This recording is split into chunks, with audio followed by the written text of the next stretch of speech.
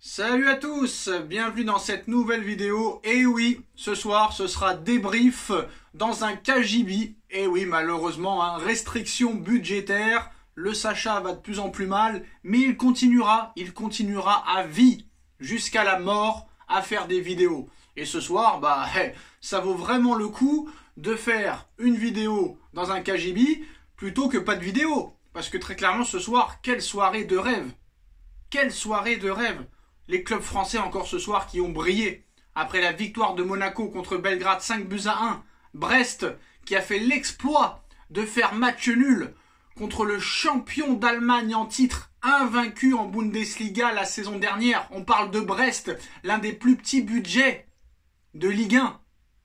Et ce soir, Lille, le LOSC, après leur victoire contre le Real Madrid, j'ai bien dit le Real Madrid, s'impose ce soir 3-1 à l'Atlético Madrid. C'est tout simplement et tout bonnement exceptionnel, incroyable. Franchement, du grand Lille ce soir, du grand Pep Genesio, du grand Jonathan David. Et franchement, ça fait plaisir.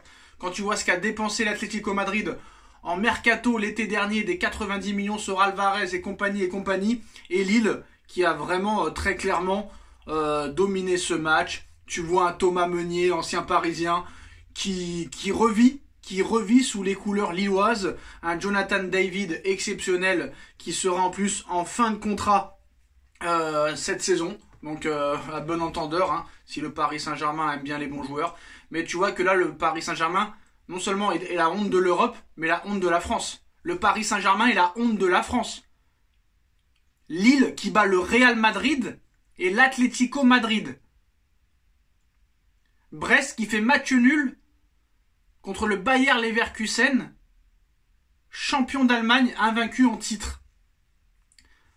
Monaco qui fait le taf. Monaco, Lille et Brest qui sont devant le Paris Saint-Germain et qui sont très bien partis pour devenir au moins barragistes et peut-être même de se qualifier dès les premières places pour ce huitième de finale de Ligue des Champions. Donc un grand bravo aux joueurs lillois, un grand bravo à Pep Genesio, un grand bravo à Olivier Létang, ancien directeur sportif du Paris Saint-Germain, un Thomas Meunier qui n'a jamais été aussi bon.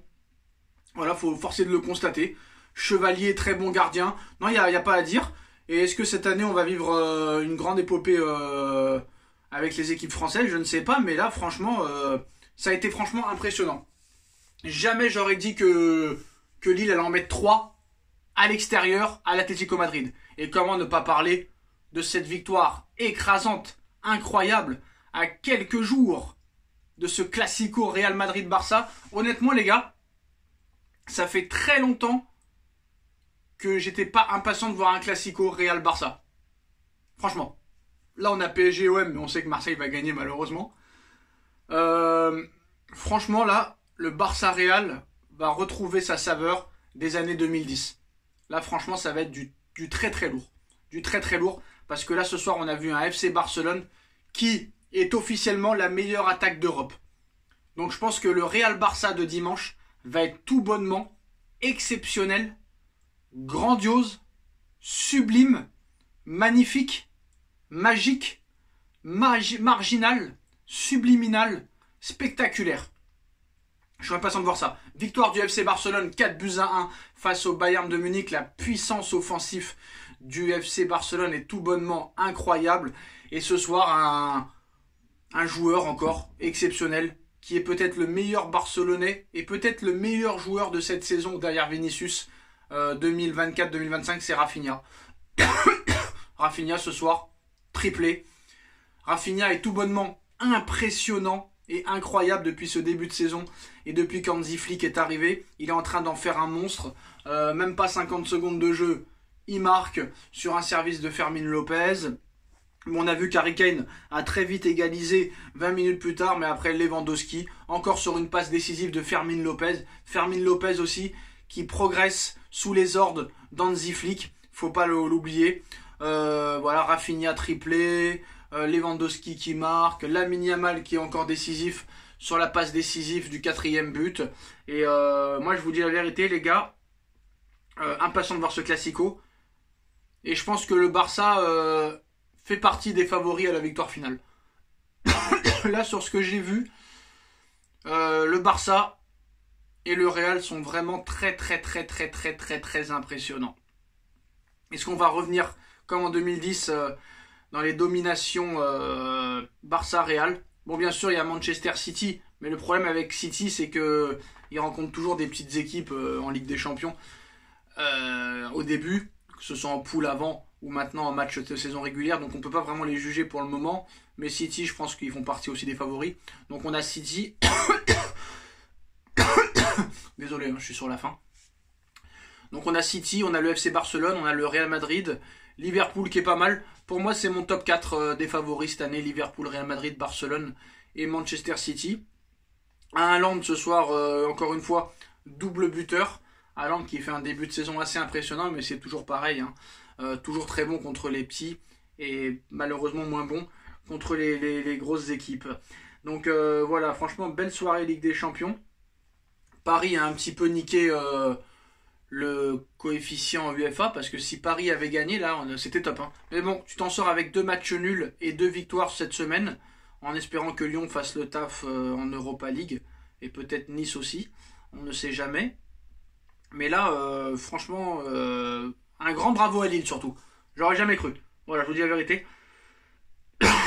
J'aurais jamais cru.